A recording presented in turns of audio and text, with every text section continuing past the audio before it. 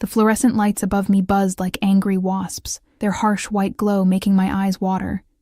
Or maybe that was just the tears I'd been holding back for the past 14 hours. The vinyl chair beneath me creaked as I shifted, trying to find a position that didn't make my swollen ankles scream in protest. The waiting room of St. Michael's Hospital smelled of antiseptic and desperation, a combination I'd grown intimately familiar with over the past 9 months. I pressed my palm against my belly, feeling the tight rhythmic contractions that had brought me here at 3 a.m. Alone. Always alone now. The divorce papers had been finalized 6 months ago. 6 months since Marcus had looked at me with those cold, distant eyes and told me he couldn't do this anymore. He'd left before I could tell him about the baby. By the time I'd worked up the courage to call, his number was disconnected, his apartment cleared out, and his social media accounts deleted. It was as if he'd erased me, erased us, from his entire existence. Mrs. Chen? A nurse with kind eyes and exhaustion written across her face appeared in the doorway. "We're ready for you now. It's Ms. Rivera," I corrected softly, hauling myself to my feet. The name felt foreign on my tongue now. This reclaimed identity I'd gone back to after the divorce. Sarah Rivera. Not Sarah Chen. Not Mrs. Anybody. The contraction hit me like a freight train halfway down the corridor, and I gripped the wall, breathing through the pain the way the YouTube videos had taught me. The nurse waited patiently, her hand on my elbow, steadying me. "First baby?" she asked. Yes, the word came out as barely a whisper. The delivery room was too bright, too cold, too real. They got me into the hospital gown, a humiliating paper-thin thing that tied in the back, and hooked me up to monitors that beeped steadily, tracking my baby's heartbeat. Our baby. Mine and Marcus's, except he'd never know, never care, never show up to hold this tiny life we'd created together. "Is someone coming?" the nurse asked, glancing at the empty chair beside my bed. "Family? The father?" I shook my head, unable to speak past the lump in my throat. The hours blurred together after that. Pain and pressure and doctors murmuring to each other in medical jargon I couldn't parse through the haze. I gripped the bed rails until my knuckles turned white, screaming into the void of that sterile room, wishing I had someone, anyone, to hold my hand through this. And then, after what felt like an eternity of agony, I heard it. A cry. High-pitched and furious and absolutely perfect. "It's a girl," the doctor announced, holding up this tiny, writhing creature covered in vernix and blood. A beautiful, healthy girl. They placed her on my chest, and the world stopped. Everything stopped. The pain, the loneliness, the fear. It all melted away as I looked down at her scrunched-up face, her tiny fists waving in the air, her dark eyes that would eventually focus on mine. She was perfect. Absolutely, impossibly perfect. "Hi, baby girl," I whispered, my voice breaking. "I'm your mama. It's just you and me now, okay? Just you and me." But I was wrong. So devastatingly, terrifyingly wrong. The knock on my recovery room door came 4 hours later, just as I'd finally gotten my daughter. Lily, I decided to name her, latched in nursing. I looked up, expecting another nurse with more forms to sign or medications to take. Instead, Marcus stood in the doorway. He looked the same. Dark hair styled perfectly. Designer clothes that cost more than my monthly rent. That same sharp jawline I'd once traced with my fingers in the darkness of our bedroom. But his eyes were different now, harder, colder. There was something almost predatory in the way he looked at me, holding our newborn daughter. "Sarah." My name sounded like an accusation in his mouth. "How did you—" I clutched Lily closer to my chest, suddenly feeling exposed in my hospital gown, my hair matted with sweat, my body still aching from labor. "How did you know I was here?" He stepped into the room, and I noticed he wasn't alone. A woman followed him, tall, blonde, wearing stilettos that clicked against the linoleum floor like a countdown to something terrible. She looked at me with barely concealed disgust, her nose wrinkling as if I smelled bad. "I have my ways," Marcus said, his voice smooth and controlled, always so controlled. "Did you really think you could hide this from me?" "Hide it?" The words came out as a bitter laugh. You left, Marcus. You disappeared. I tried to. That's mine. He gestured to Lily, and something in his tone made my blood run cold. Not love. Not wonder at seeing his daughter for the first time. Just ownership. That's my daughter. She's not a possession, I said, my voice trembling but firm. And you gave up any right to her when you left. The blonde woman, his girlfriend, new wife, leaned in and whispered something in his ear. Marcus's expression shifted, something almost like satisfaction crossing his face. Actually, Sarah, I didn't give up anything. We were still married when she was conceived. That means I have parental rights, equal custody at minimum. He pulled out his phone, tapping on the screen. I've already spoken to my lawyer. The words hit me like a physical blow. Custody. He wanted custody. He'd abandoned me, ghosted me completely, and now he wanted to take my baby girl away. You can't, I started, but the door burst open again. This time a doctor entered, not the one who'd delivered Lily, but an older man with silver hair and a clipboard tucked under his arm. Dr. Patterson, according to his name tag. He looked between Marcus and me with an expression I couldn't quite read. Ms. Rivera, I apologize for the intrusion, but we need to discuss something rather urgent. His eyes flicked to Marcus, privately, if possible. Anything you need to say to her, you can say in front of me, Marcus interjected, stepping closer to my bed. I'm the father. Dr. Patterson's eyebrows rose slightly. Are you? That's interesting, because the genetic screening we run on all newborns flagged something unusual. We ran additional tests to confirm, and he opened his clipboard, scanning the document. Mr. Chen, you are definitively not the biological father of this child. The room went silent. I stared at the doctor, my brain refusing to process what he'd just said. Not the father? That was impossible. Marcus was the only man I'd ever been with. The only one. There had never been anyone else. What? The word came out as a whisper, barely audible over the pounding of my heart. Marcus's face had gone pale, then red, his hands clenching into fists at his sides. That's impossible. She was faithful. I know she was faithful. I'm only reporting the medical facts, Dr. Patterson said calmly. The genetic markers don't match. However, he paused, and something in his expression shifted. Tension. Fear, almost.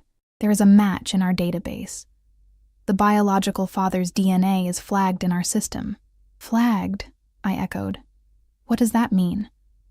It means, a new voice said from the doorway, deep and smooth as aged whiskey, that you and I need to have a conversation, Sarah. I looked up, and my entire world tilted on its axis. The man standing in the doorway didn't just enter the room, he commanded it. Tall, broad-shouldered, wearing a black suit that probably cost more than everything I owned combined. His dark hair was pushed back from a face that could have been carved from marble. Sharp cheekbones, a strong jaw, full lips set in a firm line, but it was his eyes that made my breath catch. Dark, intense, and fixed solely on me, with an expression that made my skin prickle with something between fear and awareness. Behind him stood two other men, clearly security. They wore earpieces and had the kind of posture that screamed military training. One of them scanned the room systematically, his hand resting near his jacket in a way that suggested a concealed weapon. Who the hell are you? Marcus demanded, but his voice had lost its earlier confidence. He'd taken a step back, I noticed. Away from this stranger. The man ignored him completely. His gaze never left mine as he moved further into the room, each step deliberate and controlled. The air seemed to thicken with his presence, and I found myself holding Lily tighter, some instinct I didn't understand screaming at me that this man was dangerous. My name is Dante Moretti, he said, and the name sent a chill down my spine. I knew that name. Everyone in the city knew that name. The Moretti family wasn't just wealthy.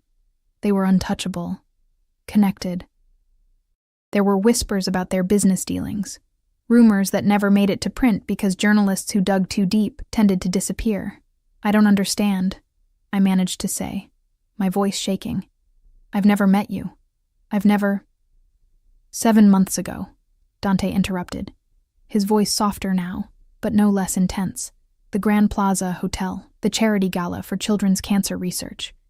You were working there, weren't you? Serving drinks in that black uniform that was too big for you. The memory slammed into me with the force of a tidal wave. The gala.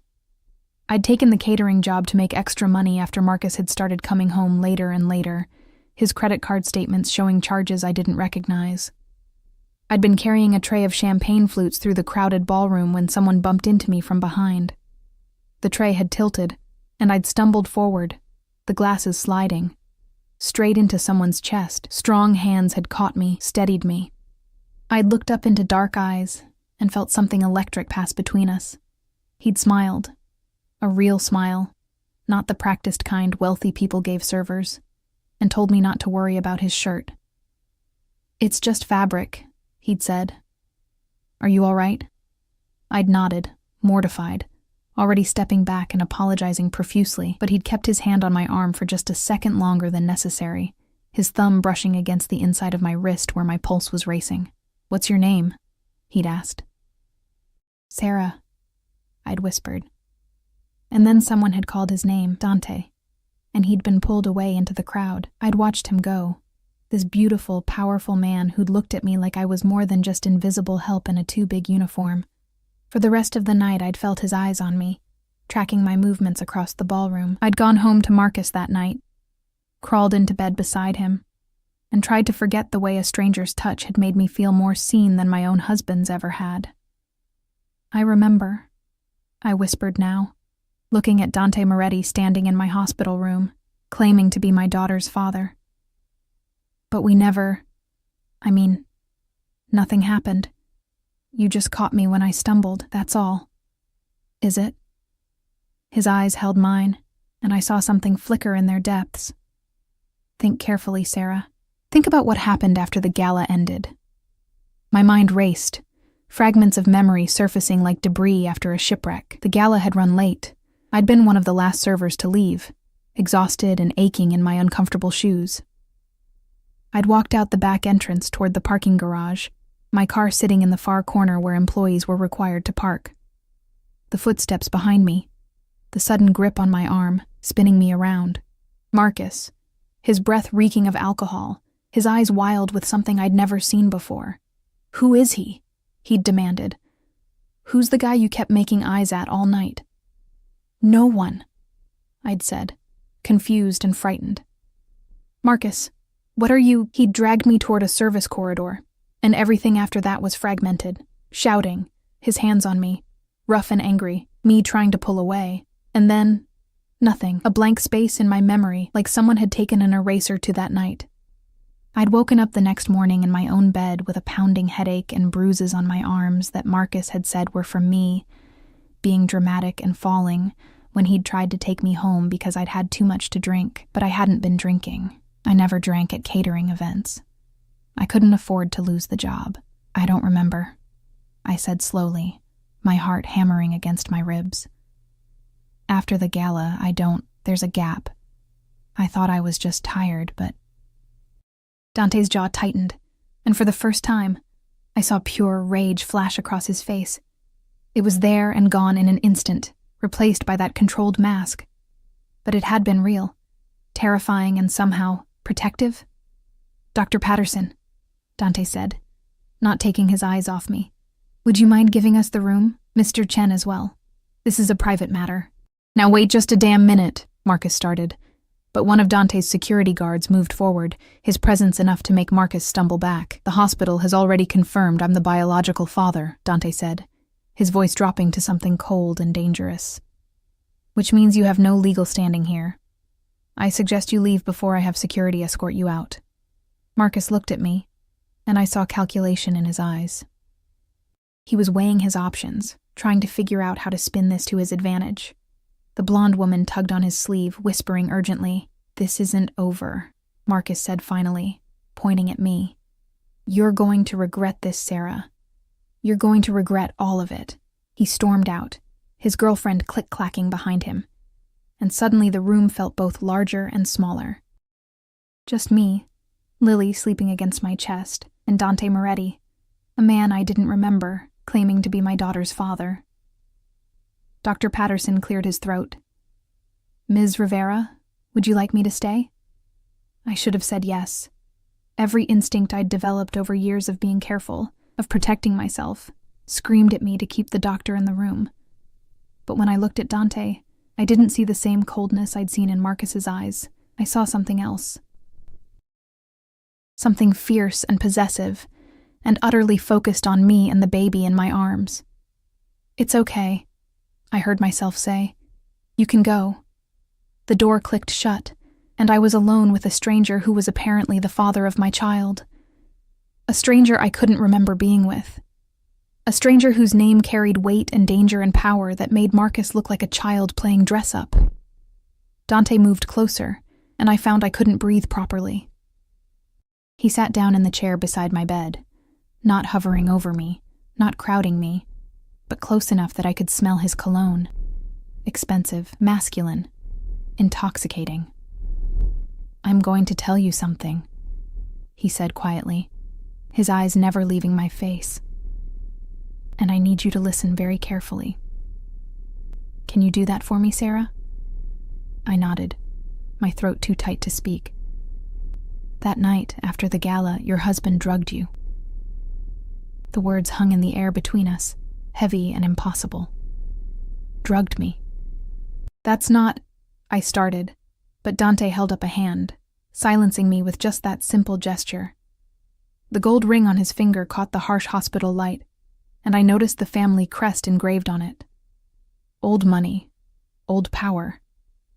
"Let me finish," he said, and his voice was gentler now, almost careful, as if he was afraid I might shatter. "After you left through the back entrance, I followed, not to—" He paused, seeming to choose his words carefully. "I'd been watching you all night. The way you moved through that ballroom like you were trying to be invisible. The way you flinched every time someone snapped their fingers at you for another drink. And then I saw the way your husband grabbed you." My stomach turned cold. Marcus had grabbed me. I remembered that much. The anger in his eyes, the accusation. "I confronted him," Dante continued, "in that service corridor, told him to take his hands off you. He got aggressive, started shouting about how you were his wife, and I needed to mind my own business.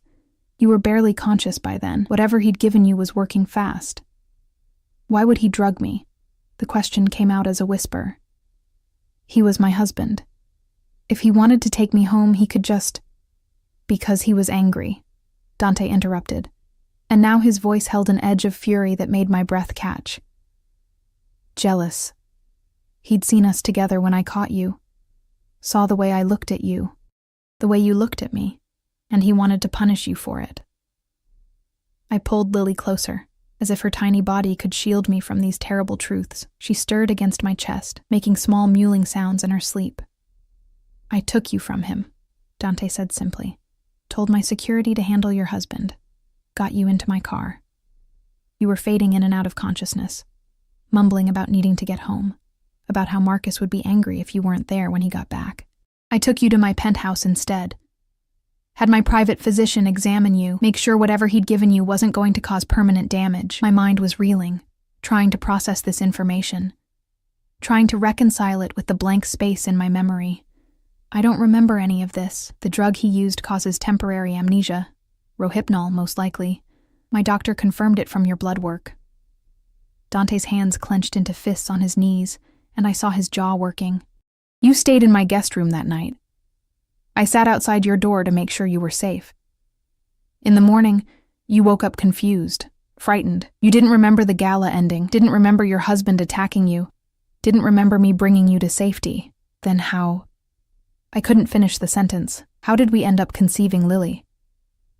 Dante's eyes met mine, and I saw something raw and honest in them. "You came out of the guest room around dawn, found me in the living room. You were still disoriented, but you were crying. Said you remembered pieces, remembered Marcus's hands on you, his anger. You asked me why someone who was supposed to love you would hurt you like that." He paused, and I watched his throat work as he swallowed. "I should have called you a car, should have had my driver take you home. But you looked at me with those eyes, the same eyes looking at me right now, and asked me to make you forget, just for a little while. Asked me to help you feel something other than fear and pain. Heat flooded my cheeks as understanding dawned. We slept together. Yes. No apology in his voice, no shame. Just simple acknowledgement, and then you left. Got dressed, called a cab before I could stop you. By the time I got downstairs, you were gone. I tried to find you, Sarah. Spent weeks trying to track you down. But you'd given me a fake last name that night at the gala. Said your name was Sarah Martinez, not Rivera, and you'd quit the catering company the next day. I left because Marcus told me I'd embarrassed him at the gala by getting drunk, I said, the memory surfacing through the fog. He said the catering company had complained about my behavior. I was so ashamed. I quit before they could fire me. He lied to you. Dante's voice was flat, dangerous. Manipulated you. Made you believe you were the problem when he was the one who'd assaulted you. The baby monitor beside my bed beeped steadily, tracking Lily's heartbeat, reminding me that this wasn't just about me anymore. This tiny person sleeping against my chest was the product of that night. Of something I couldn't remember, but that had somehow resulted in the most precious thing in my world. So what happens now? I asked, my voice barely audible. You're her father, biologically. But I don't know you. I don't remember being with you. And you're... I stopped, not sure how to articulate what I knew about the Moretti family without directly accusing him of being involved in organized crime. I'm dangerous, Dante finished for me, and there was something almost like amusement in his voice. I'm connected to things you're better off not knowing about. I'm not a good man, Sarah. I've done things that would make you run screaming if you knew the details. But... He leaned forward, and his hand came up slowly, giving me time to pull away. When I didn't, his fingers brushed against Lily's dark hair, so gentle it made my chest ache. But this is my daughter, and you are the mother of my child. Which means you're both under my protection now. Whether you want to be or not. I don't need protection, I said. But even I could hear how weak it sounded. Marcus had already found me here. Had already threatened me. And if what Dante was saying was true, if Marcus had drugged me, assaulted me, then what else was he capable of? Your ex-husband works for the Volkov family, Dante said, and my blood ran cold at the name. The Volkovs were the Russian mob's presence in the city. Brutal. Ruthless. He's one of their money launderers. Has been for the past 3 years. That's why he left you so suddenly. He was being relocated to handle a new territory for them. But he made a mistake. Skimmed money he wasn't supposed to touch, and now he's desperate. What does that have to do with me? Dante's eyes were dark and serious. He thinks if he can prove paternity of your daughter, he can use her to leverage his way back into the Volkov's good graces, offer his firstborn as collateral for his debt. It's barbaric, but it's how they operate. Nausea rolled through me. He would sell his own daughter? He's not her father, Dante corrected, and there was steel in his voice now. I am. And no one, not Marcus Chen, not the Volkovs, not anyone, is going to touch either of you. Do you understand me? I should have been terrified. This man was essentially telling me I was now involved in some kind of mob warfare, that my daughter, hours old, still learning to breathe on her own, was somehow caught in the middle of dangerous men and their dangerous games. But instead, looking at Dante's fierce expression, feeling the protective fury radiating off him, I felt safe. For the first time since seeing those divorce papers, for the first time since realizing I was going to be a single mother, for the first time since Marcus had walked into this hospital room with ownership in his eyes, I felt like someone was actually on my side. I don't understand any of this, I admitted, my voice cracking. Yesterday, I thought I was just a broke, divorced single mom about to raise a baby alone. Now you're telling me I was drugged and assaulted by my own husband, that I slept with a man I don't remember, and that my daughter is somehow valuable to the Russian mob? I know it's overwhelming. Dante's hand moved from Lily's hair to my arm, his touch warm through the thin hospital gown. But I need you to trust me, Sarah, just for now. Just until I can get you somewhere safe. Safe where? I have an apartment. I have a job I need to get back to. Your apartment is being watched, I had my people checked before I came here. 3 of Volkov's men in a car across the street. And your job—" He pulled out his phone, tapped a few buttons, then showed me the screen. "Your boss received a call this morning from someone claiming to be your lawyer, saying you're suing the company for pregnancy discrimination and demanding a settlement. Your position has been terminated." The email on his screen was from my manager. Subject line, "Immediate termination." My hands started shaking. "Marcus," I whispered, "he's destroying everything. He's trying to isolate you, make you desperate, make you vulnerable so you'll come back to him. Let him use Lily as his bargaining chip." Dante pocketed his phone and stood, towering over the hospital bed. But he made one critical mistake. "What's that?" He came after what's mine. The possessiveness in those words should have scared me. Should have sent up every red flag imaginable. But instead, warmth spread through my chest, something primal and instinctive recognizing the claim in his voice. "I barely know you," I said, but it sounded weak even to my own ears. "You knew me well enough 7 months ago," Dante replied, and there was heat in his gaze now, something that made my skin flush despite everything. "Your body remembers me, even if your mind doesn't. And whether you believe it or not, Sarah, you're mine. You became mine the moment you asked me to make you forget, the moment you trusted me with your pain. And now—" His eyes dropped to Lily, and his expression softened in a way that transformed his entire face. "Now you've given me a daughter. Do you have any idea what that means to a man like me?" I shook my head mutely. "It means I would burn this entire city to the ground before I let anyone harm either of you. It means every resource I have, every connection, every person who owes me a favor. It all belongs to you now, to her." He reached out again, and this time his thumb traced along my cheekbone, wiping away a tear I hadn't realized had fallen. "You don't have to love me. You don't even have to like me, but you will let me protect you, because the alternative is watching Marcus hand our daughter over to men who traffic children for profit." The stark reality of those words hit me like a physical blow. This wasn't a romantic movie where everything would work out fine. This was real life, with real monsters, and my baby girl was caught in the crossfire of something I didn't understand. "Okay," I heard myself say. "Okay. What do we do?" Relief flashed across Dante's face, there and gone in an instant. "First, you're going to stay here tonight. I'll have security outside your door. No one gets in except medical staff I've personally vetted. Tomorrow morning, I'm moving you to one of my properties, somewhere safe, secure, where Marcus can't find you. And then I handle your ex-husband." The way he said it, cold, final, made me wonder exactly what handle meant in Dante Moretti's world, but that's not something you need to worry about. Your only job is to focus on healing and taking care of our daughter. Our daughter. He kept saying that, claiming Lily as his own without hesitation, without question. And despite everything, despite the insanity of this entire situation, I found I wanted him to keep saying it. Wanted to believe that I wasn't alone anymore. A knock on the door made us both tense. Dante moved with lightning speed, positioning himself between me and the entrance, his hand moving to his jacket in the same way his security guards had earlier. Definitely a gun. "It's just the nurse," came a female voice. "I need to check on the baby and take Mom's vitals." Dante relaxed marginally, but didn't move from his protective stance until the nurse, the same kind-faced woman from earlier, entered with a rolling cart of medical supplies.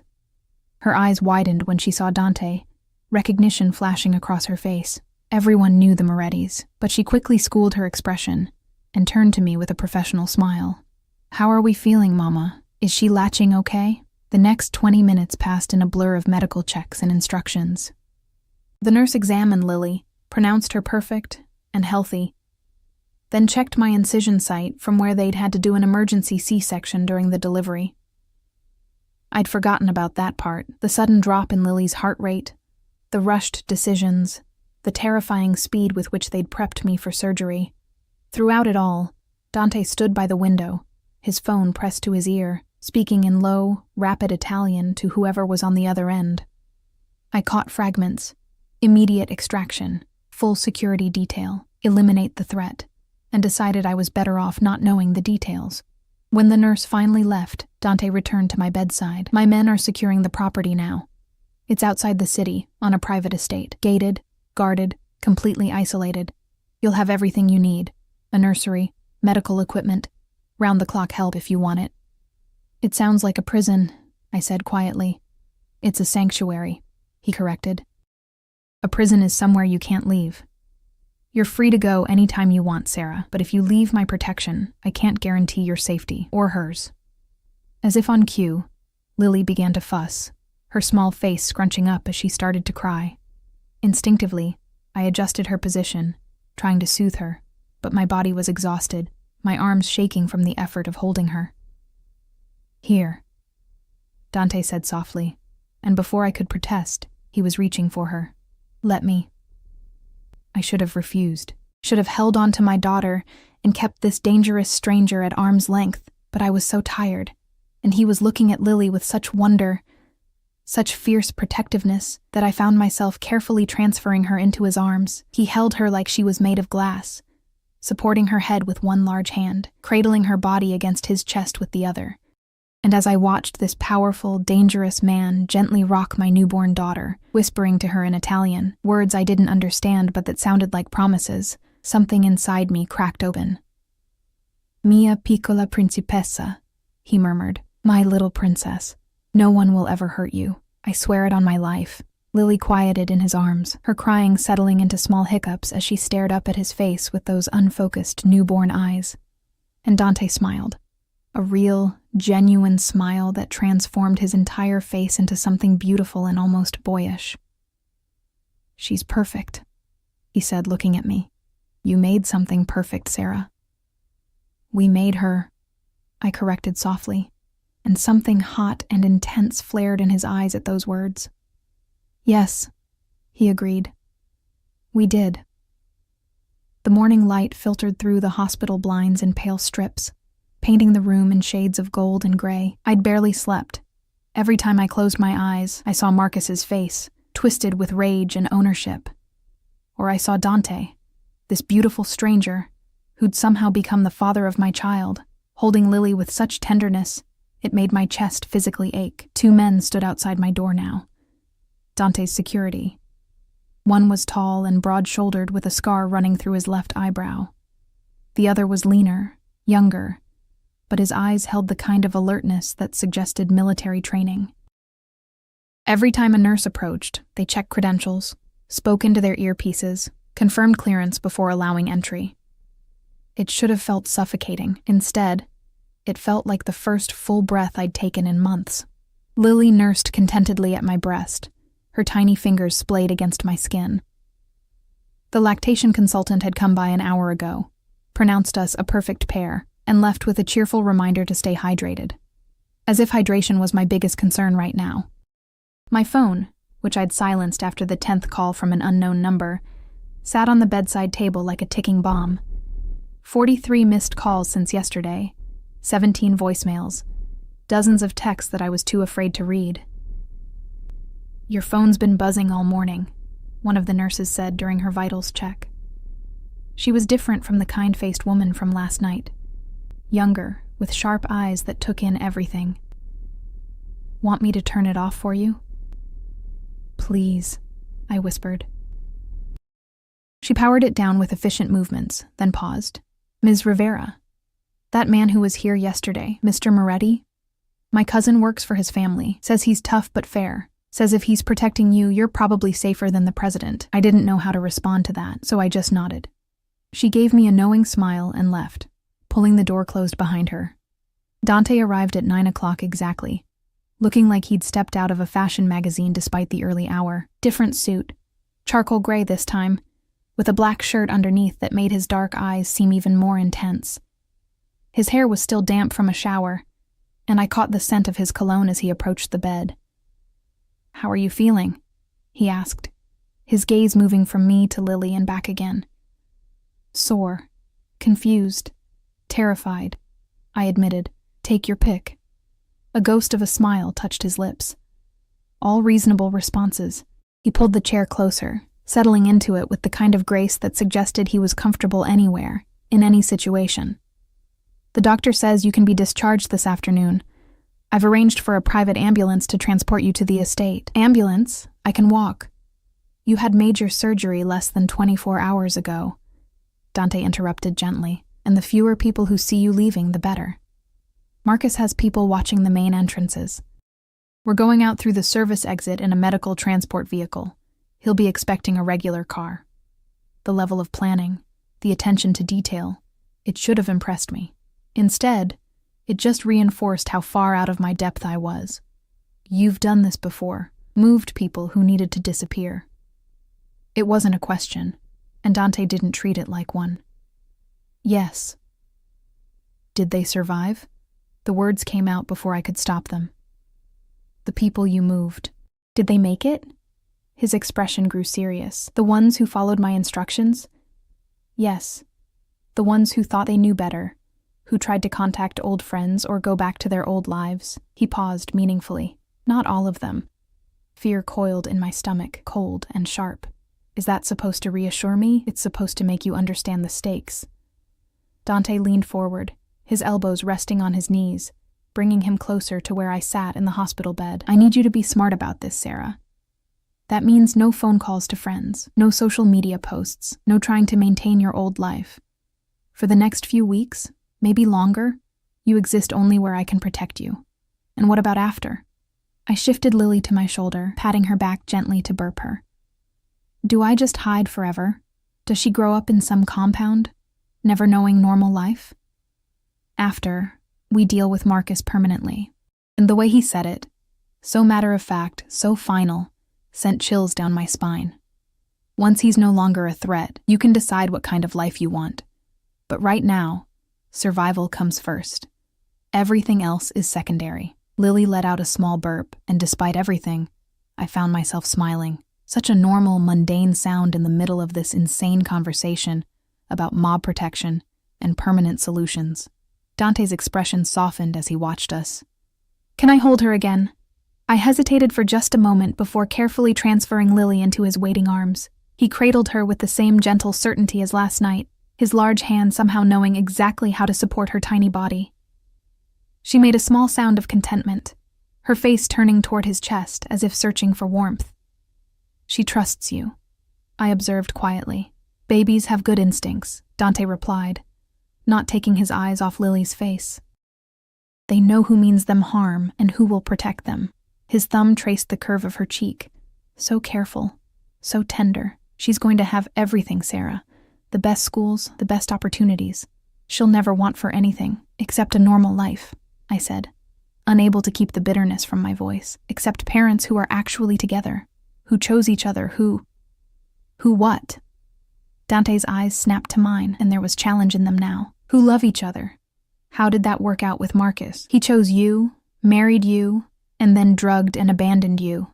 Sometimes the conventional path isn't the safe one.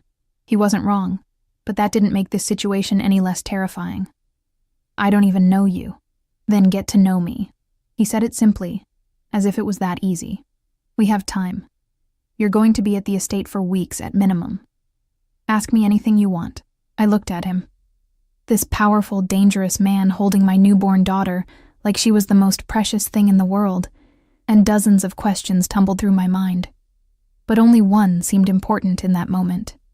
Why did you help me that night? I asked softly. At the gala. You could have just walked away, let Marcus take me home. Why didn't you? Dante was quiet for a long moment, his gaze distant, remembering. Do you know what I saw when I looked at you that night? Not just a beautiful woman, though you were. Are, he corrected, and heat flooded my cheeks.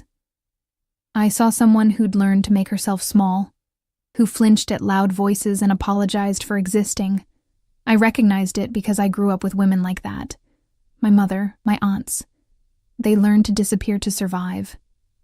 His jaw clenched, and I saw old anger there, carefully controlled.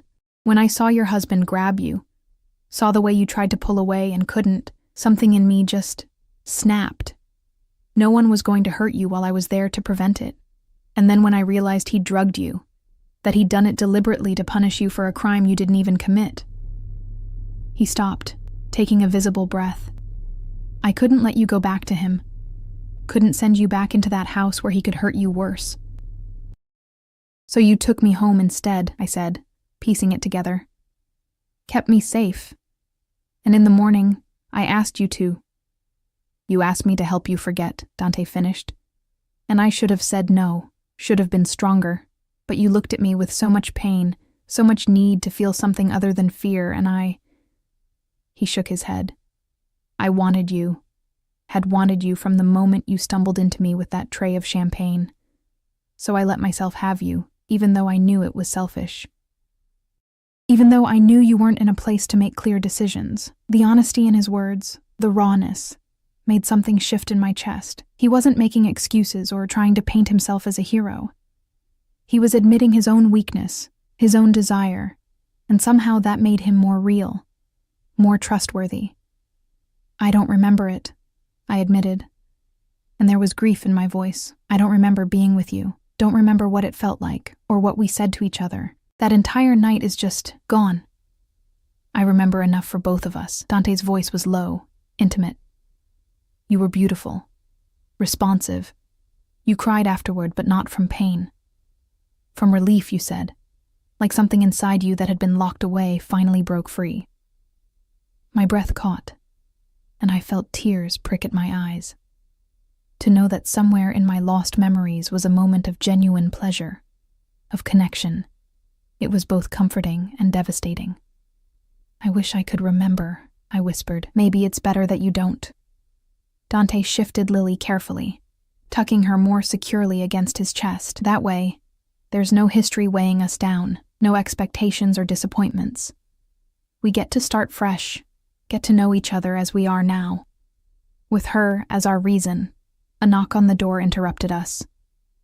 The scarred security guard, I'd learned his name was Marco, leaned in. Boss, we've got a situation. Dante's entire demeanor changed in an instant. The gentle father disappeared, replaced by something cold and commanding. What kind of situation? Chen's outside the main entrance with 2 Volkov enforcers. They're demanding to see Ms. Rivera and the baby. Hospital security is stalling, but get her ready to move. Now. Dante stood smoothly, transferring Lily back into my arms with practiced ease. We're leaving through the service entrance in 5 minutes. Have the ambulance ready. Sir. Marco hesitated. They've got the service entrance covered too. Someone tipped them off about the private transport. Dante's expression turned murderous. Then we go up. Up? I echoed, fear spiking through me. The roof. Dante was already moving, pulling out his phone and barking orders in rapid Italian. I have a helicopter standing by. We'll extract from there. A helicopter? My voice came out too high, panicked. I just had surgery. I have a newborn. We can't. We can and we will. Dante's hand cupped my face, forcing me to meet his eyes. Sarah. Listen to me. If Marcus gets to you, if the Volkovs get their hands on Lily, you will never see her again. Do you understand? They will take her, and you will spend the rest of your life wondering where your daughter is, what they're doing to her. Is that what you want? No. The word came out as a sob. No. Please, then trust me. His thumb wiped away the tears on my cheeks. Trust me to keep you both safe. Can you do that? I looked into his dark eyes and saw absolute certainty there. This man who'd saved me once before, who'd given me a child I couldn't remember conceiving, who was now standing between me and monsters I'd never known existed. Yes, I whispered. Yes, I trust you. Good. He pressed a quick, fierce kiss to my forehead, then turned to Marco. Get a wheelchair. We move in 2 minutes. And Marco? Anyone who tries to stop us doesn't walk away, clear? Crystal, boss. What followed was a blur of controlled chaos. Nurses appeared with a wheelchair, their faces pale but professional. Someone wrapped Lily in extra blankets while I was helped into a robe over my hospital gown. My legs shook as I stood for the first time since surgery, pain lancing through my abdomen. But Dante's arm was there, supporting me, keeping me upright. I've got you, he murmured against my ear. Just hold on to Lily. I'll do the rest. They settled me in the wheelchair with Lily cradled in my lap. Dante positioned himself behind me, one hand on the wheelchair handle, the other inside his jacket where I knew his gun rested. Marco and the other guard, Alessandro, I'd heard Dante call him, flanked us, their own hands near their weapons. We moved through the corridors at a brisk pace, taking service elevators and back hallways I hadn't known existed. Twice we heard raised voices, the sounds of confrontation, but Dante's men steered us away before we encountered whoever was causing the commotion. "Almost there," Dante said as we approached a stairwell marked "Roof Access, Authorized Personnel Only." "You're doing great, Sarah. Just a little further." The climb was torture. Even though Dante lifted me from the wheelchair and carried me while Marco carried Lily, every jolt sent agony through my surgical sight. I bit down on my lip to keep from crying out, tasting blood. Focusing on my daughter's small form and Marco's careful grip, the roof access door burst open, and suddenly we were outside. The morning sun was blindingly bright after the dim hospital corridors. Wind whipped around us, cold and sharp, making me gasp. And there, in the center of the roof, was a sleek black helicopter, its rotors already spinning. "Go, go, go!" Dante shouted over the noise, and we were running. Or rather, they were running while carrying us. The helicopter door slid open, and hands reached out to help us inside. Dante practically threw me into a seat, then took Lily from Marco, and secured her in some kind of specialized infant carrier that was already strapped in. "Boss, we've got company," Alessandro yelled, and I looked back to see the roof access door slam open. Marcus emerged, flanked by two massive men in dark suits. Even from this distance, I could see the rage on his face. Dante's gun was out in a heartbeat, trained on the approaching men. "Get us airborne. Now." The pilot didn't need to be told twice. The helicopter lifted, and my stomach dropped as we rose into the sky. Through the window, I watched Marcus running toward us, shouting something I couldn't hear over the rotor noise. He looked furious, desperate, dangerous. And then we were too high, too far away, and he was just a small figure on a hospital rooftop, growing smaller by the second. Dante slid into the seat beside me, his gun still in his hand, his eyes scanning the city below as we climbed higher. "You okay?" I wanted to laugh at the absurdity of the question. I'd just escaped from a hospital in a dramatic helicopter extraction, fleeing from my ex-husband and Russian mobsters who apparently wanted to traffic my newborn daughter. Nothing about this was okay, but when I looked at Lily, sleeping peacefully in her specialized carrier despite the noise and motion, something settled in my chest. She was safe. We were safe. For now, that had to be enough. "I'm okay," I said, and meant it. Dante's hand found mine, his fingers threading through mine with surprising gentleness. "The estate is 30 minutes from here. Once we land, you can rest, recover, and I promise you, Sarah, no one is getting through my security." Not Marcus, not the Volkovs, not anyone. I squeezed his hand, drawing strength from his certainty. Below us, the city spread out like a toy landscape, all tiny buildings and winding streets. Somewhere down there was my old apartment with my meager possessions. My old job that I'd lost. My old life that had been built on lies and false security.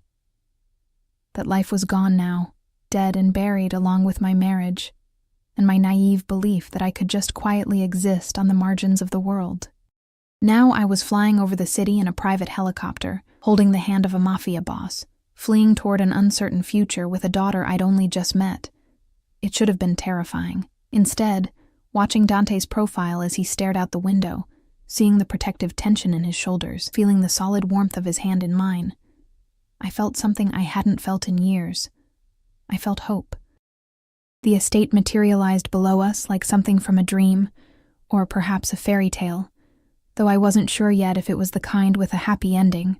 Sprawling gardens surrounded a stone mansion that looked like it had been transplanted directly from the Italian countryside.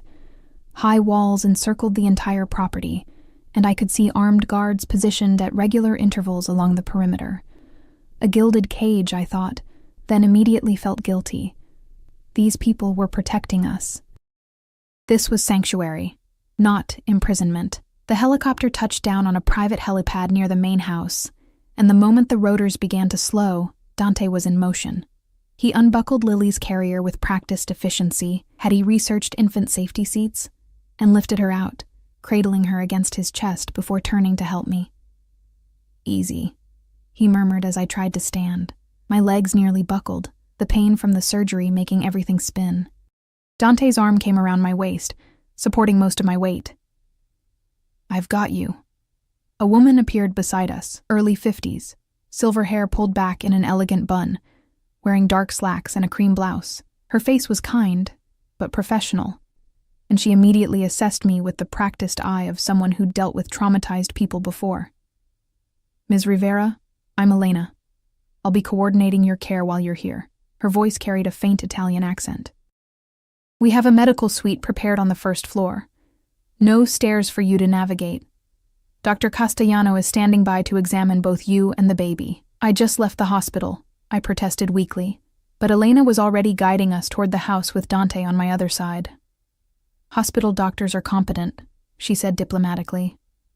"But Dr. Castellano has been with the Moretti family for 30 years. He'll ensure you're healing properly, and that the baby hasn't been stressed by the unconventional departure." The inside of the mansion was breathtaking.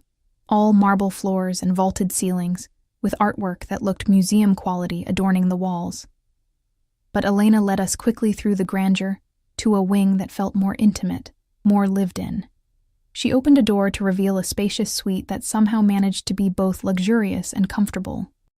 A hospital-grade bed dominated one corner, but there was also a plush sofa, a rocking chair by the window, and, my breath caught, a fully equipped nursery area with a white crib, changing table, and shelves stocked with diapers, clothes, and supplies. "How?"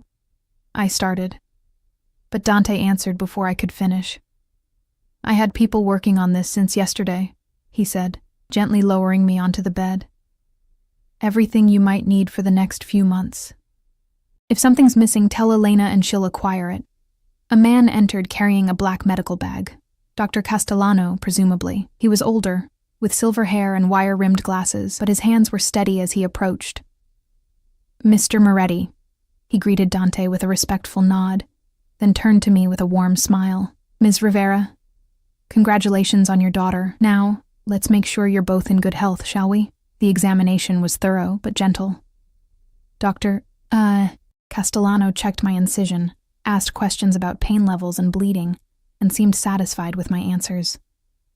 Then he turned his attention to Lily, conducting a full newborn assessment while Dante hovered nearby like an anxious hawk.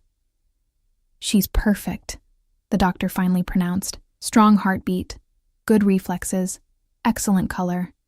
The helicopter ride doesn't seem to have affected her at all. Resilient little one, like her mother," Dante said quietly, and I felt heat rise in my cheeks. Dr. Castellano left detailed care instructions with Elena, along with prescriptions for my pain management and antibiotics to prevent infection. After he departed, Elena showed me the bathroom, equipped with a walk-in shower that had safety rails and a built-in bench, and helped me change into soft pajamas that definitely hadn't come from my apartment.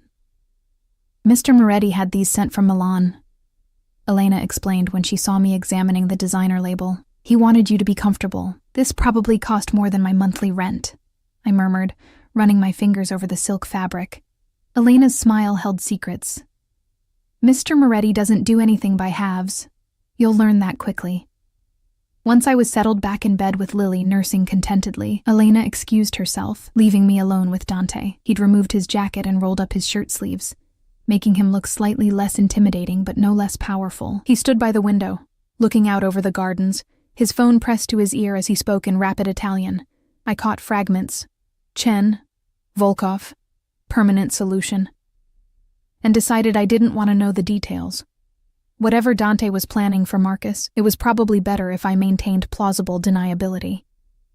He ended the call and turned to find me watching him. "You should rest. You've been through hell in the past 24 hours. "I don't think I can sleep," I admitted. "Every time I close my eyes, I see Marcus on that roof, or I think about what could have happened if we hadn't gotten away." Dante crossed the room and settled into the rocking chair beside the bed, close enough that I could reach out and touch him if I wanted. "He can't reach you here. The estate has military-grade security, facial recognition cameras, armed patrols, sensors on every inch of the perimeter. A mouse couldn't get in without me knowing about it." "And what about getting out?" The question slipped out before I could stop it. His expression grew serious. "Sarah, I meant what I said at the hospital. You're not a prisoner. If you want to leave, I won't stop you. But I strongly advise against it until Marcus is no longer a threat. Once he's handled, you can go anywhere you want, do anything you want. I'll provide security, financial support, whatever you need." "Why?" I shifted Lily to my other breast, trying to ignore the ache in my surgical site. "Why do all of this for someone you barely know?" "Because she's mine." Dante's eyes dropped to Lily, and his expression softened in that devastating way that made my heart skip. "Because you carried my child, brought her into this world, and kept her safe when you had no idea who I was, or that I even existed. That kind of strength, that kind of dedication, it deserves to be protected, honored." He leaned forward, his elbows resting on his knees, bringing him closer. "And because when I think about what Marcus did to you, when I remember finding you barely conscious in that corridor, knowing he drugged his own wife just to punish her for an imagined slight." His hands clenched into fists. "No one who would do that to another human being deserves to live, let alone have access to a child." The cold finality in his voice sent chills down my spine. "You're going to kill him." It wasn't a question, but Dante answered anyway. "I'm going to make sure he never hurts you again. What that entails is better left unsaid."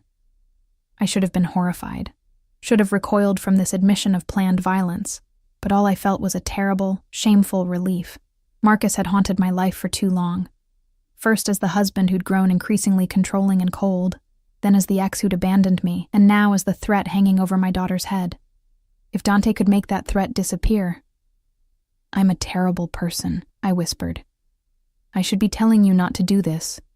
Should be insisting there are legal ways to handle this.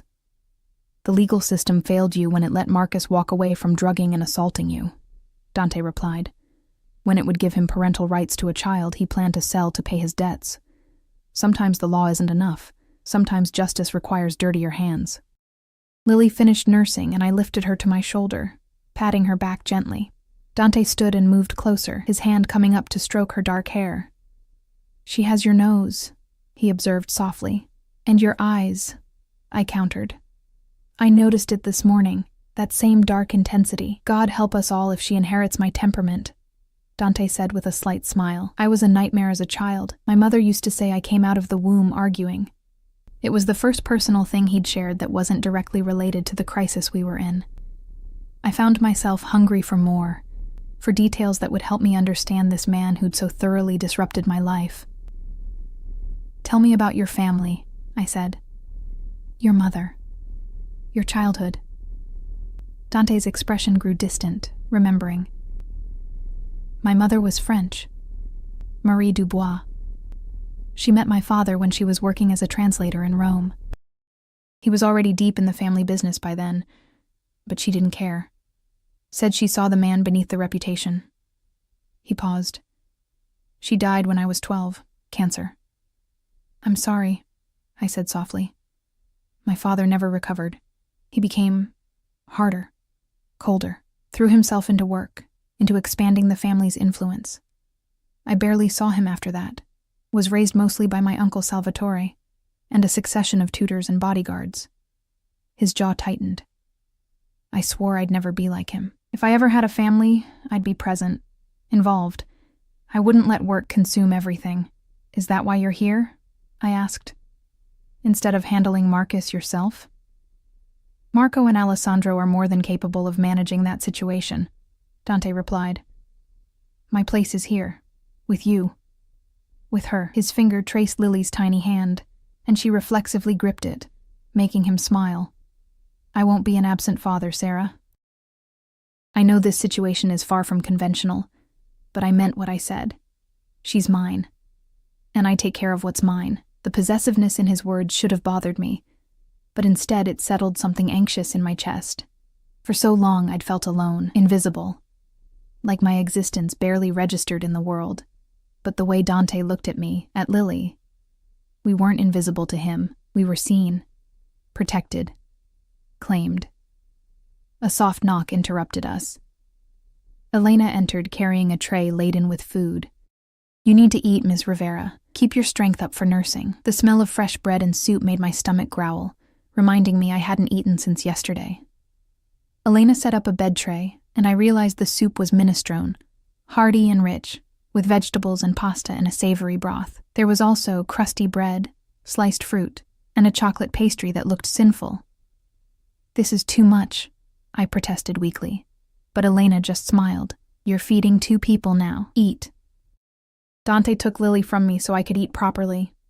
Watching him hold her, this powerful, dangerous man cradling my tiny daughter with such careful tenderness, something shifted deep in my chest.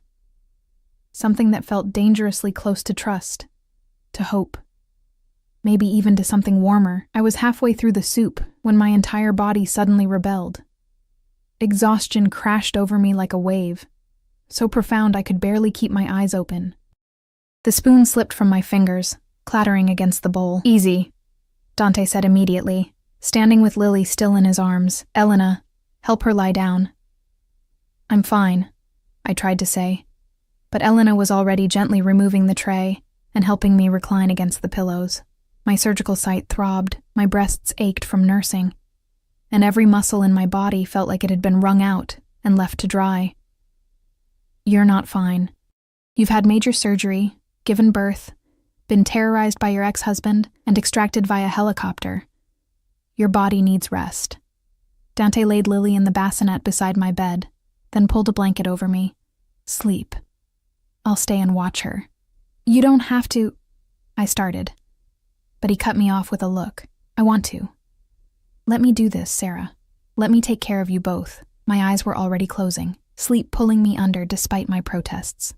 The last thing I remembered was Dante settling back into the rocking chair, his dark eyes fixed on Lily's sleeping form, and thinking that maybe, just maybe, we were going to be okay. I woke to darkness and the sound of Lily crying. For a disoriented moment, I didn't know where I was. The bed was too comfortable, the room too large, the ceiling too high. Then memory crashed back. The estate. Dante. Everything. Soft light suddenly illuminated the room, and I saw Dante standing beside Lily's bassinet, already lifting her out. He moved with surprising confidence for someone who'd only known about her existence for a day. Sorry, I said groggily, trying to sit up and wincing at the pull on my incision. I'll take her. I've got her. Dante was already changing her diaper with efficient movements. You need to rest. How long since you took your pain medication? I had to think about it. Hours? The clock on the nightstand read 2:47 a.m. I'd been asleep for over 8 hours. I should feed her. Then get comfortable. I'll bring her to you. He finished with the diaper, wrapped Lily back in her blanket, and carried her to the bed.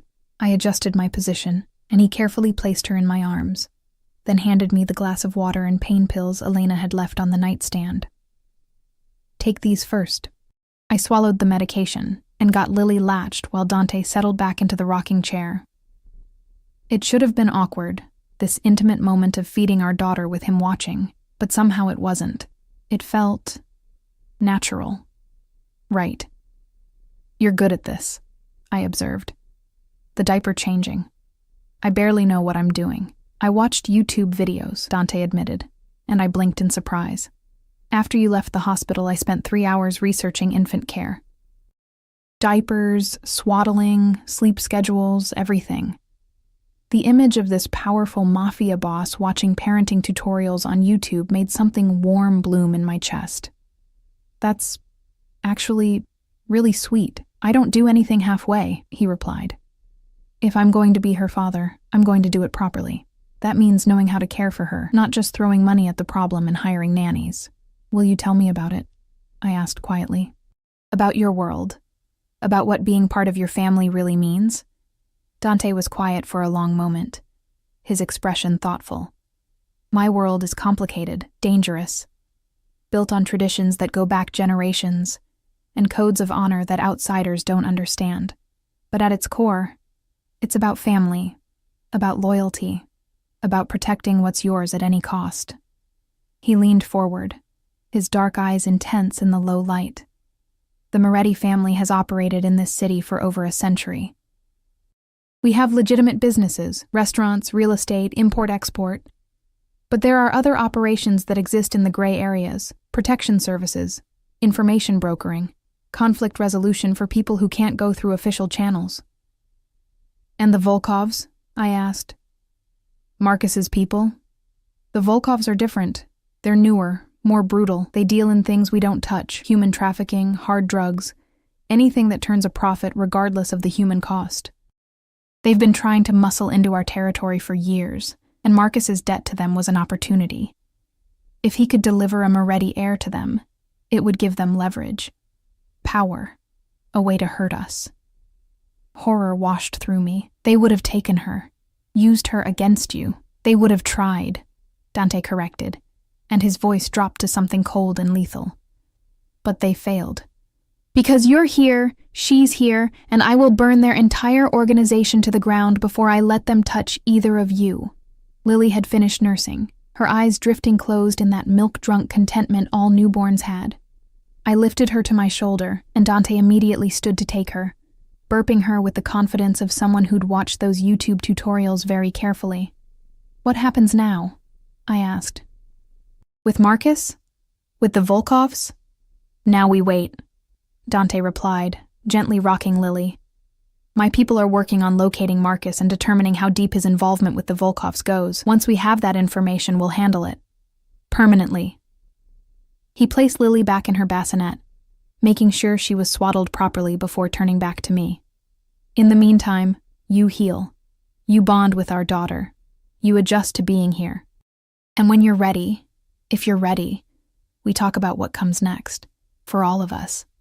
What do you want to come next? The question was bold, probably too bold, but the darkness and the intimacy of the moment made me brave. Dante moved closer, sitting on the edge of the bed, close enough that I could feel the heat radiating from his body. I want you to stay, not just until the threat is eliminated, but after. I want to build something here, Sarah, a real family. Not the cold, distant thing I grew up with, but something warm, safe, real. His hand came up to cut my face, his thumb tracing my cheekbone. I know it's fast. I know you don't remember being with me, don't know me beyond these intense circumstances. But I feel something when I look at you. Something that goes beyond just protecting the mother of my child. And I hope that given time, you might feel it too. My heart was pounding so hard I was sure he could hear it. Dante, you don't have to answer now, he said softly. I'm a patient man when it matters. I can wait for you to heal, to feel safe, to decide what you want. But I needed you to know that I'm not just offering protection. I'm offering partnership, family, a real future if you want it. Before I could respond, his phone buzzed. He pulled it out, his expression darkening as he read the message. What is it? I asked, fear spiking through me. Marco has located Marcus, Dante said, his voice cold. He's at a Volkov safe house on the south side, negotiating terms for delivering you and Lily to them in exchange for his debt being forgiven. Rage and terror warred in my chest. He's really going to do it. Going to try to take our daughter. He's going to try, Dante agreed, standing, but he won't succeed. I need to handle this, Sarah. Need to end this threat tonight so you can stop looking over your shoulder. Be careful, I said, and was surprised by how much I meant it. This man who was still essentially a stranger had become important to me with startling speed. The thought of something happening to him made my chest tight with anxiety.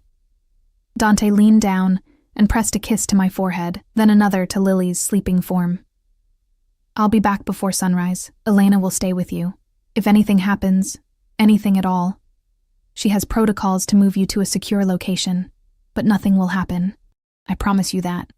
And then he was gone, striding out of the room with purpose and lethal intent, leaving me alone with our daughter and a fear that coiled tight in my stomach. I knew what he was going to do, knew that somewhere in the city, Marcus's time was running out. And despite everything, the fear, the uncertainty, the moral complications, all I felt was relief. Because my daughter would be safe. Because the man who'd hurt me, betrayed me, tried to sell his own child, would never be able to do it again. Dante Moretti was keeping his promise. He was protecting what was his. Dawn broke over the estate in shades of pink and gold, painting the gardens in soft light that should have been peaceful. Instead, I sat in the rocking chair by the window with Lily in my arms, watching the sunrise and waiting for Dante to return. Elena had brought me tea an hour ago, her face professionally neutral, but her eyes betraying concern. "He'll be fine," she'd assured me. "Mr. Moretti always comes home." But I'd heard the emphasis on always, the slight hesitation that suggested there had been close calls, times when coming home hadn't been guaranteed. Lily stirred against my chest, making small mewling sounds. I adjusted her position, marveling at how something so tiny could have completely transformed my entire existence in less than 48 hours. 2 days ago, I'd been alone, preparing to raise a child as a single mother, resigned to a life of struggle and invisibility. Now I was in a mansion, under the protection of a man who claimed to be willing to burn the city down for us. A man who'd gone to eliminate my ex-husband, because that ex-husband had tried to sell our daughter to the Russian mob. The surreal nature of it all should have made it feel like a nightmare. Instead, watching the gardens bloom into color with the rising sun, feeling the solid weight of my daughter in my arms, I felt something close to contentment. The sound of a helicopter approaching made my heart leap. I stood carefully, ignoring the pull of my incision, and moved closer to the window. The black helicopter touched down on the helipad, and moments later, Dante emerged. Even from this distance, I could see the tension in his shoulders, the dark stains on his white shirt that I tried not to think too hard about. He spoke briefly with Marco and Alessandro, then strode toward the house with that predatory grace I was beginning to recognize. Relief flooded through me so intensely I had to sit back down before my legs gave out. He was alive, whole, home. 5 minutes later, my door opened and Dante entered. He'd changed his shirt and washed his hands, but I could still see traces of dried blood under his fingernails. Our eyes met, and something passed between us, an understanding that didn't need words. "It's done," he said simply. I nodded, not asking for details I didn't want to know. "The Volkovs will be receiving a message about what happens when they threaten what belongs to me." His voice was cold, final. "They won't come near you or Lily again. Neither will anyone else connected to Marcus Chen." The name sounded strange now, Marcus Chen, as if he was already becoming a ghost, a bad memory that was fading into insignificance. The man who drugged me, abandoned me, tried to traffic our daughter. Past tense. No longer a threat. Dante crossed the room and knelt beside my chair, his large hands gentle as they covered mine where they rested on Lily's back. "You're safe now. Both of you. I know it doesn't erase what he did, doesn't give you back what he took, but he can never hurt you again. Thank you," I whispered, and meant it with everything in me. He studied my face, his dark eyes searching. "How are you feeling?" "Really?" "Confused," I admitted. "Relieved. Terrified of what all this means. Grateful that you've protected us, and—" I hesitated, then decided honesty was the only way forward, and drawn to you in a way that doesn't make sense given the circumstances. Something heated flared in Dante's eyes. "It makes perfect sense to me. You're the mother of my child, you're under my protection, and despite everything, despite the unconventional way we came together, I want you. Want to build something real with you." "I don't even know what that would look like," I said softly. "I don't know your world, Dante. Don't know if I could fit into it. Then let me show you." He stood, then carefully lifted Lily from my arms and placed her in her bassinet. When he returned, he held out his hand. "Let me show you what your life could be here, what our life could be." I took his hand, letting him help me to my feet. He was careful of my surgical site, his arm coming around my waist to support me as we moved slowly out of the medical suite and into the main part of the house. In daylight, the mansion was even more breathtaking. He showed me the library, walls lined with books in multiple languages, comfortable reading chairs positioned near tall windows, the music room with a grand piano and various instruments arranged carefully on stands, a conservatory filled with plants and natural light, where he said I could come whenever I needed peace. "This wing would be yours," he said, leading me through a series of connected rooms. "Your own space. Bedroom, sitting room, private bath, Lily's nursery would connect to it, so you'd never be far from her, but you'd have privacy when you needed it. Independence. And you? I asked. Where would you be? My rooms are in the East Wing, he replied. Close enough to be there if you need me, far enough to give you space. Unless... He paused, his eyes meeting mine. Unless you wanted something different, something closer. Heat bloomed in my cheeks. I just met you. Really met you, I mean, not counting the night I don't remember. I know. His hand came up to cup my face, his touch gentle despite the evidence of violence still visible under his nails. I'm not asking you to share my bed tonight, Sarah, or even this month. I'm asking you to consider the possibility. To stay here. Let us get to know each other properly and see where it leads. We continued the tour, a professional kitchen where a chef prepared meals, a gym with equipment, and a separate yoga studio, even a home theater. But it was the garden that truly captured my attention. Dante led me through French doors onto a stone terrace overlooking manicured lawns, flower beds, and a fountain that sparkled in the morning sun. My mother designed this garden, he said quietly, before she got sick. She said every home needed a heart, and gardens were where the heart lived. I looked at the roses climbing trellises, the careful arrangement of colors and textures, and felt something shift in my chest. This wasn't just wealth on display. This was love, carefully cultivated and maintained even after the person who'd created it was gone. It's beautiful, I whispered. She would have liked you, Dante said, would have loved Lily. She always said I needed someone who saw past the reputation, past the family name, to the man underneath, someone who wasn't afraid to challenge me. I'm terrified of you, I admitted, of what you're capable of what you did tonight. Good, he replied, and there was approval in his voice. Fear keeps you cautious, keeps you safe, but I need you to understand something, Sarah. That violence, that darkness, it only exists for people who threaten what I love. With you, with Lily, I'm just a man. A man who wants to be a good father, a good partner, a good person in the ways that matter. What if I can't give you what you want? The question came out small, vulnerable. What if I can't love you the way you seem to want? What if this is just proximity and protection and gratitude? Dante's smile was gentle. Then we'll figure it out together. Maybe you'll never love me romantically. Maybe we'll just be partners raising our daughter. Maybe we'll become friends who respect each other and share a life without passion. I can accept any of those outcomes, Sarah. What I can't accept is you leaving, taking Lily somewhere I can't protect you both, and getting hurt because I wasn't there. That sounds like a pretty one-sided arrangement, I said, trying for levity, despite the emotion clogging my throat. I'm a selfish man, Dante replied with a slight shrug. I'll take whatever you're willing to give and consider myself fortunate. Besides, his eyes held mine, intense and unwavering. I have faith that given time, you'll come to trust me, to care for me. Maybe even to want me the way I want you. I'm a patient man when the reward is worth it.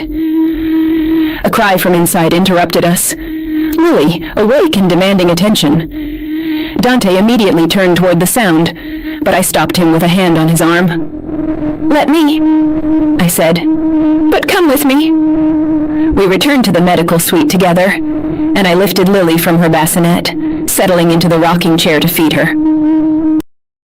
Dante pulled up a smaller chair beside us, watching with that same fierce tenderness I was beginning to recognize as uniquely his. Tell me about your family traditions, I said as Lily nursed. If I'm going to raise her in your world, I need to understand it. So he told me. About Sunday dinners where the entire extended family gathered, children running through the gardens while adults argued about politics and business over wine. About name days and feast days, celebrations that lasted from dawn to midnight. About the importance of loyalty, of keeping your word, of protecting family above all else. It's not always easy, he admitted. There are expectations, rules, ways of doing things that go back generations. But there's also love, support, the knowledge that you're never alone, never without backup. When you're part of this family, You're part of something bigger than yourself. And Lily? I asked softly. What kind of life will she have? Whatever kind she wants, Dante replied firmly. I won't force her into the business, won't make her carry burdens she doesn't choose. She'll have the best education, the best opportunities, and the freedom to be whoever she wants to be. Artist, doctor, teacher, it doesn't matter. She'll be loved and supported regardless. The conviction in his voice made me believe him. This man who'd killed for us, who'd built a fortress to keep us safe, genuinely wanted nothing more than for his daughter to be happy and free. Over the next few weeks, we settled into a rhythm. My body healed slowly, the surgical site gradually becoming less painful. Lily grew and changed daily, her unfocused newborn gaze sharpening into recognition when she saw our faces. And Dante was there for all of it. He learned to change diapers faster than I could, mastered the art of the swaddle, walked the floors at 3 a.m. when Lily was fussy, singing to her in Italian, old songs his mother had sung to him. He attended every doctor's appointment, asked detailed questions, took notes like he was studying for an exam. And slowly, carefully, we learned each other.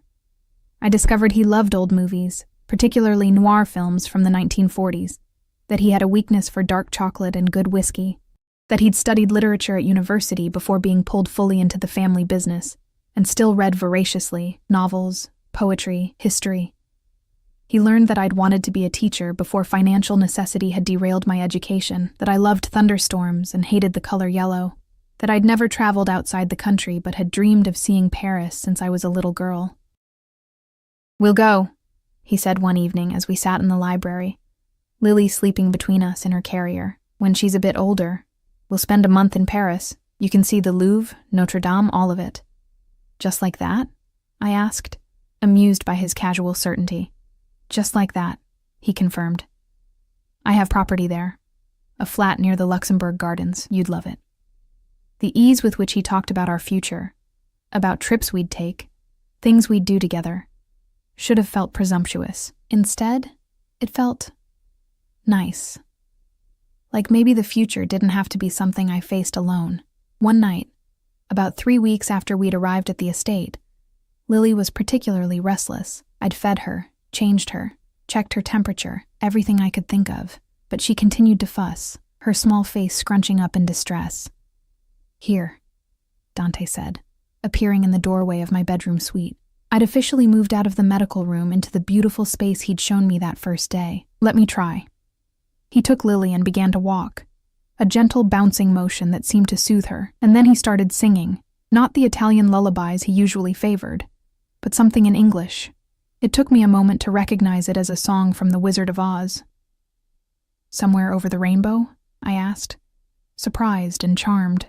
My mother loved that movie, he said softly, still walking and bouncing, used to sing this to me when I couldn't sleep. Said it was about hope, about believing better things were possible even when the world seemed dark. I watched him, this powerful, dangerous man singing a children's song to our fussing baby, and felt something crack open in my chest, something that had been carefully guarded, carefully protected, suddenly vulnerable and exposed. I was falling for him. The realization should have terrified me. We'd known each other less than a month. Our relationship was born from trauma and necessity, not courtship and choice. But watching him with Lily, remembering all the small kindnesses he'd shown me, the way he'd protected us without asking for anything in return, how could I not fall? Lily finally settled, her eyes drifting closed. Dante carefully placed her in the bassinet, then turned to find me staring at him. What? He asked, a slight smile playing at his lips. Nothing, I said. Just thank you for everything. He crossed to where I sat on the edge of the bed and knelt in front of me, his hands coming to rest on my knees. Sarah, I need to tell you something. My heart stuttered. What? That night, 7 months ago, when you came to me in the morning and asked me to help you forget. His dark eyes held mine, intense and honest. I knew it was wrong. Knew you weren't in a place to make clear decisions. But I did it anyway because I wanted you. Because I'd been watching you all night at that gala and wanting you, and when you gave me permission, however impaired that permission was, I took it. He paused, his jaw working. I've done a lot of things I'm not proud of, Sarah. Hurt people who deserved it and some who probably didn't. But the thing I regret most is taking advantage of you that morning. You deserved better. Deserved someone who would have been strong enough to say no, to get you help instead of giving in to selfish desire. Dante. Let me finish, he interrupted gently. I can't change what happened, can't give you back your memories or undo the circumstances that brought us together. But I can promise you this, from now on, every choice we make is yours. You want to stay? We stay. You want your own place in the city with Lily? I'll set it up and provide security.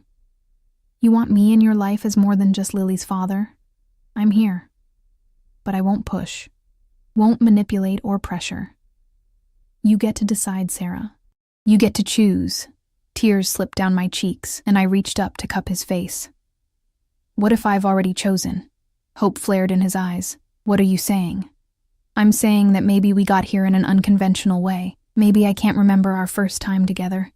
And maybe the circumstances that brought you into my life were terrible. But I took a shaky breath. But I see who you are now. How you are with Lily. How you've protected us, cared for us, given us everything without demanding anything in return. And I think I'm falling for you. Sarah. My name was a prayer on his lips. His hands came up to frame my face, his thumbs wiping away my tears. Are you sure? Because once you say this, once you give me this, I'm never letting you go. You understand that? You'll be mine in every way that matters.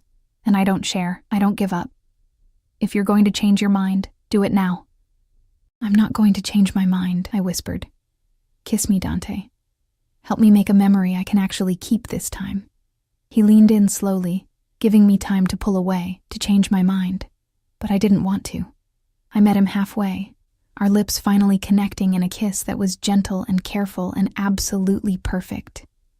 It started soft, tentative, a question and an answer, but then his hand slid into my hair, tilting my head to deepen the kiss, and heat flooded through me. This was nothing like the distant, perfunctory kisses Marcus had given me.